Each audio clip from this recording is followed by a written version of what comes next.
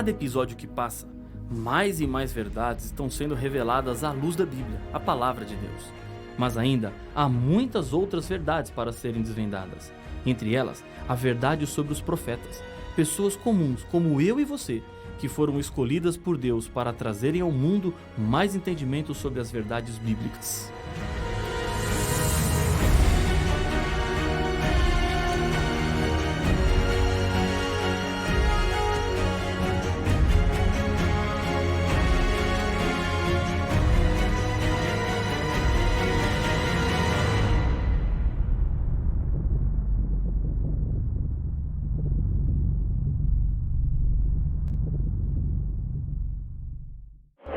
A verdadeira Igreja de Deus é identificada por duas características, segundo a Bíblia. Acompanhe a leitura de Apocalipse capítulo 12, o verso 17. Irou-se o dragão contra a mulher, e foi pelejar com os restantes da sua descendência, os que guardam os mandamentos de Deus e têm o testemunho de Jesus. Os símbolos do Apocalipse devem ser interpretados. Dragão é uma referência a Lúcifer, mulher representa a Igreja de Deus. João está retratando uma luta feroz entre o inimigo e o povo de Deus. No céu, Lúcifer lutou contra Deus, mas perdeu. Já que ele não conseguiu vencer a Deus, usa de uma estratégia covarde para atingi-lo. Ele faz sofrer, causa problemas na vida dos seres humanos, pois sabe que assim atinge diretamente ao Criador. O povo de Deus é reconhecido por algumas características. Primeiro, guarda os mandamentos de Deus, os 10 mandamentos, conforme estão escritos na Bíblia e não na adaptação feita pelos seres humanos. Deus não autorizou ninguém mexer nos mandamentos. Não existe nenhum texto na Bíblia que permita ao ser humano dizer no lugar de Deus o que deve e o que não deve ser feito. Segundo, o povo de Deus teria o testemunho de Jesus. E a pergunta que se faz agora é: o que é o testemunho de Jesus? Apocalipse 19:10 nos ajuda a entender. Pois o testemunho de Jesus é o espírito da profecia. No livro do Apocalipse, também nos é revelado que apareceriam falsos profetas, que fariam grandes sinais e maravilhas diante dos olhos das pessoas. Em Apocalipse capítulo 16, verso 13 e 14, a Bíblia nos diz: Então vi sair da boca do dragão, da boca da besta e da boca do falso profeta 3 espíritos imundos, semelhantes a rãs, porque eles são espíritos de demônios, operadores de sinais, e se dirigem aos reis do mundo inteiro com o fim de ajuntá-los para a peleja do grande dia do Deus Todo-Poderoso. Por causa disso, torna-se evidente a necessidade de sabermos separar os verdadeiros dos falsos profetas. O Apocalipse é um exemplo acerca da decisão de Deus de utilizar profetas para transmitir suas mensagens aos seres humanos. Esta foi a forma que Deus usou para dar o conteúdo de toda a revelação bíblica. Por meio dos profetas, Deus revela para o seu povo os seus planos e também fala sobre o futuro. Certamente, o Senhor Deus não fará coisa alguma sem primeiro revelar o seu segredo aos seus servos, os profetas, diz Amós capítulo 3, o verso 7. Nem todos os profetas que Deus usou escreveram partes da Bíblia. Podemos contar pelo menos 12 que não são autores de textos bíblicos, mas que são mencionados como profetas verdadeiros pela própria Bíblia. Um dos mais notáveis exemplos é de João Batista, que batizou o Senhor Jesus nas águas do Rio Jordão. Jesus disse que não havia profeta maior do que ele, mas não temos nenhum livro ou texto de João Batista na Bíblia, exceto as referências encontradas nos Evangelhos. Isso quer dizer que o dom de profecia não foi dado apenas para escrever a Bíblia, mas Deus usou para também outros propósitos. Outro fato interessante que notamos na Bíblia é que Deus não faz discriminação de sexo para o dom de profecia. A Bíblia nos fala que mulheres exerceram a função profética, como Ana, Miriam, Débora, Ulda e no Novo Testamento, as 4 filhas de Filipe. Outro ponto importante é que o dom de profecia não acabou quando a Bíblia terminou de ser escrita. Joel, capítulo 2, verso 28 e 29, nos apresenta: E acontecerá depois que derramarei o meu espírito sobre toda a carne. Vossos filhos e vossas filhas profetizarão, vossos velhos sonharão e vossos jovens terão visões. Até sobre os servos e sobre as servas derramarei o meu espírito naqueles dias. A referência que Joel faz é quanto ao futuro. O dom de profecia acompanharia o povo de Deus até o fim. Pedro, quando usa o texto de Joel, diz o seguinte: Mas o que ocorre é o que foi dito por intermédio do profeta Joel. E acontecerá nos últimos dias, diz o Senhor, que derramarei o meu espírito sobre toda a carne. Vossos filhos e vossas filhas profetizarão. Vossos jovens terão visões e sonharão vossos velhos. Atos capítulo 2, versos 16 e 17. Últimos dias é uma referência ao tempo que antecede imediatamente a volta de Jesus. O povo de Deus seria guiado pelo dom de profecia. Quando Jesus voltou para o céu, ele deixou a missão de pregar as verdades para os discípulos. Eles levariam a mensagem de salvação para todo mundo, acompanhados do Espírito Santo. Para cumprir essa missão, Jesus concedeu dons para a sua igreja. Paulo nos apresenta.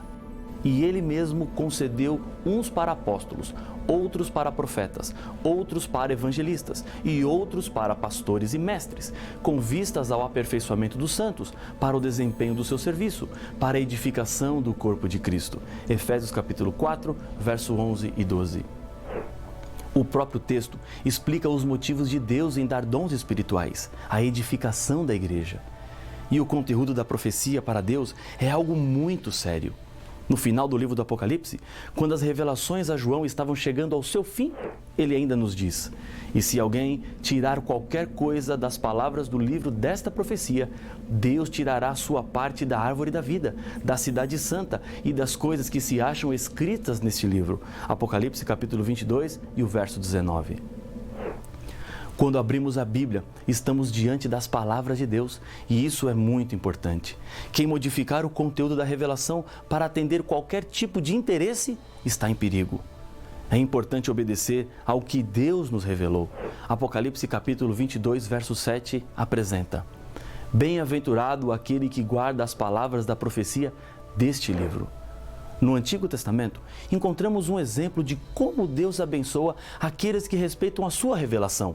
Moisés fora educado na corte do Egito como príncipe e provável herdeiro ao trono. Isso significa que ele recebeu todo o conhecimento da medicina egípcia. Os papiros médicos da antiguidade mostram que os egípcios possuíam muito conhecimento em medicina curativa. Moisés escreveu muita coisa sobre saúde no Pentateuco, mas praticamente nada disse sobre a medicina curativa. Ele não estava influenciado pelas ciências dos seus dias, porque o ensino de Moisés estava baseado na revelação, a educação sobre saúde para evitar doenças. Quais foram os resultados? No Egito, a média de vida dos faraós era de 50 anos. Em Israel, segundo o Salmo 90, a média de vida era de 70 anos ou mais. Deus abençoou aqueles que creram na revelação profética.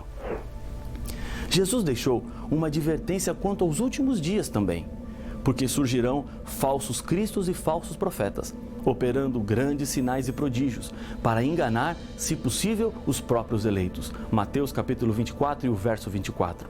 Esses falsos profetas seriam os responsáveis por introduzirem na igreja mentiras que destruiriam a verdade para enganar aqueles que buscam fazer e cumprir a vontade de Deus. Mas a Bíblia nos dá algumas chaves para sabermos se o profeta é de Deus ou não é. Uma dessas chaves está em Isaías capítulo 8, versos 19 e 20.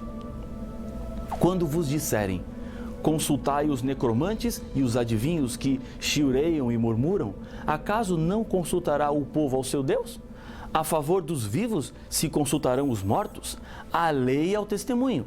Se eles não falarem desta maneira, jamais verão a alva. Os milagres em si mesmos não são provas de que um profeta seja inspirado por Deus. Apenas demonstram que há por trás dele um poder sobrenatural.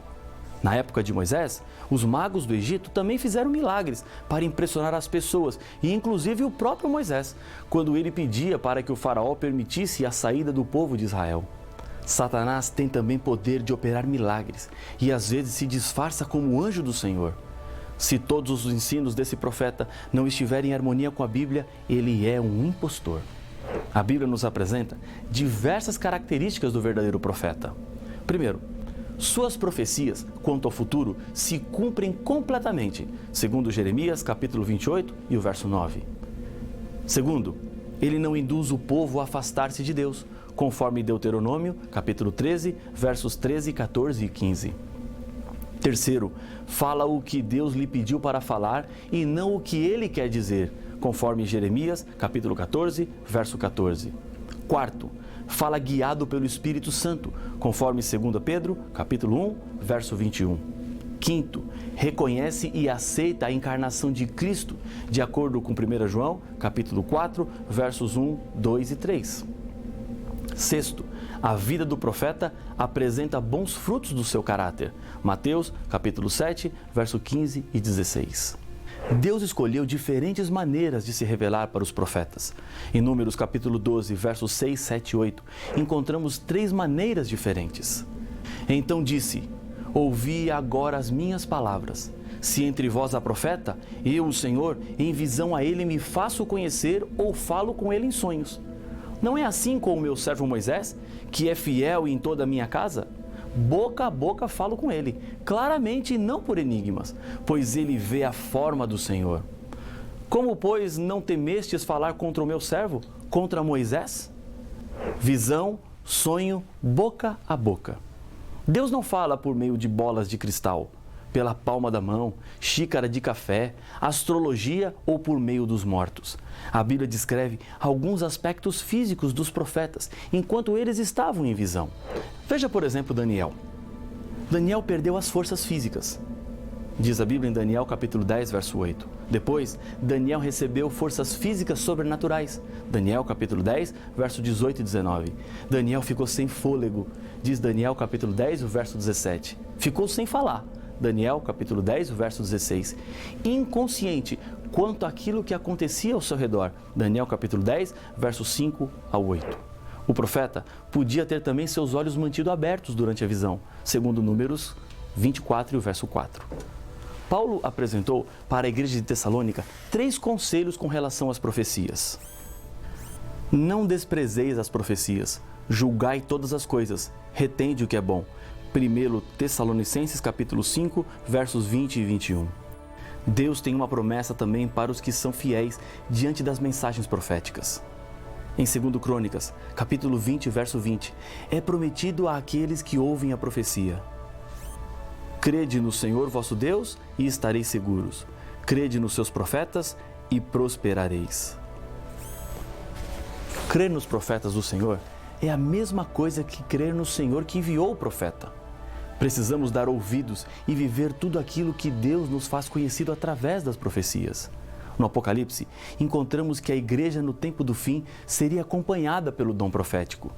Deus levantaria nos últimos dias, mais uma vez, a profecia para conduzir o seu povo nos momentos mais críticos da história. Um profeta jamais pode dizer algo diferente ou contrário ao profeta que veio antes dele. Essa é uma característica importante do profeta de Deus. O dom de profecia, que acompanharia a Igreja de Deus nos últimos dias, não substitui a Bíblia e não contradiz a Bíblia em nada. Quando estudamos a história da Igreja Adventista do Sétimo Dia e vemos como, em meio de um impressionante emaranhado de riscos e dificuldades, as mensagens inspiradas chegavam por meio de uma jovem chamada Ellen White, deram a segurança e a direção que a Igreja precisava. Quem foi Ellen White? Ela nasceu em Gorham, Maine, nos Estados Unidos da América, no dia 26 de novembro de 1827. Seus pais, Robert e Eunice, eram membros da Igreja Metodista e mais tarde tornaram-se adventistas do sétimo dia. Tiveram 8 filhos. Ellen e sua irmã gêmea Isabel são as caçulas. Ellen ouviu a pregação de Guilherme Miller, pesquisador da Bíblia, que interpretou a profecia dos 2.300 anos de Daniel, capítulo 8, verso 14, terminando com a volta de Jesus, o que na época lhe impressionou. Em 1843, foi expulsa da igreja metodista por causa das suas crenças, que eram diferentes da igreja onde estava. Casou-se com Tiago White no dia 30 de agosto de 1846. Tiveram 4 filhos, todos meninos: Henrique, Edson, Guilherme e John Herbert. A sua primeira visão aconteceu em dezembro de 1844 e a última que se tem notícia aconteceu no dia 3 de março de 1915. No dia 6 de agosto de 1881, faleceu seu esposo Tiago. Ellen ficou viúva quando tinha apenas 34 anos. Além dos Estados Unidos, ela também trabalhou na Europa e na Austrália. Durante 70 anos, por meio de mais ou menos 2.000 visões e sonhos, Ellen White orientou o sólido sistema educacional adventista, a obra de publicações, a reforma de saúde, entre outras. A vida de milhares de pessoas foram mudadas por causa do seu ministério. Ellen White faleceu em julho de 1915, mas os seus escritos continuam falando. Sendo que Deus fala através de profetas verdadeiros, há muitas mensagens que você precisa conhecer. Deus tem falado mais com a humanidade do que as pessoas imaginam. É preciso buscar o que Deus tem para lhe dizer. E eu tenho certeza que essas mensagens proféticas mudarão a sua vida. Acompanhe um texto de Ellen White, que fala de uma profunda esperança que temos, a libertação completa do mal. O grande conflito terminou. Pecados e pecadores não mais existem. O universo inteiro está purificado. Uma única pulsação de harmonia e alegria vibra por toda a vasta criação. Daquele que tudo criou, emanam vida, luz e felicidade por todos os domínios do espaço infinito. Desde o minúsculo átomo até o maior dos mundos, todas as coisas, animadas e inanimadas, em sua serena beleza e perfeita alegria, declaram que Deus é amor. A Grande Esperança, página 105. Esse é o plano de Deus para a vida dos seres humanos. Restauração, perfeição e eterna satisfação. Aceite as mensagens de Deus e agradeça a Ele pelos profetas, porque cada mensagem profética vem acompanhada de um bilhete de amor. Deus te ama e quer te salvar. Ele não quer que você sofra e por isso deixou um mapa para lhe ajudar nas suas escolhas e decisões. Lembre-se de uma coisa, você não está sozinho. A mensagem profética está aí para lhe ajudar, para conduzir a sua vida. Eu quero fazer uma oração com você. Feche os seus olhos. Vamos falar com Deus. Senhor Deus querido, nós te agradecemos pelas profecias. Assim sabemos por onde andar. Com segurança colocamos os nossos pés na estrada dessa vida, sabendo que o Senhor nos conduz e que o Senhor nos guia.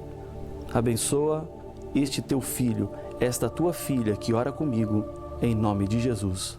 Amém.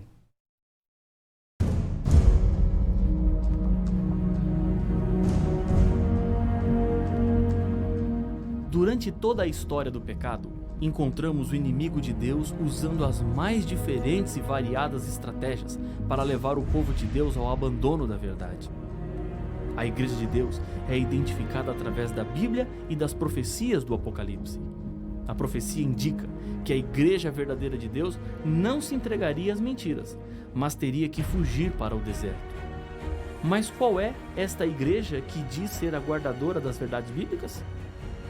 E as outras igrejas e religiões? Por que existem tantas crenças? Para saber as respostas, não perca o próximo episódio de Apocalipse, o fim revelado.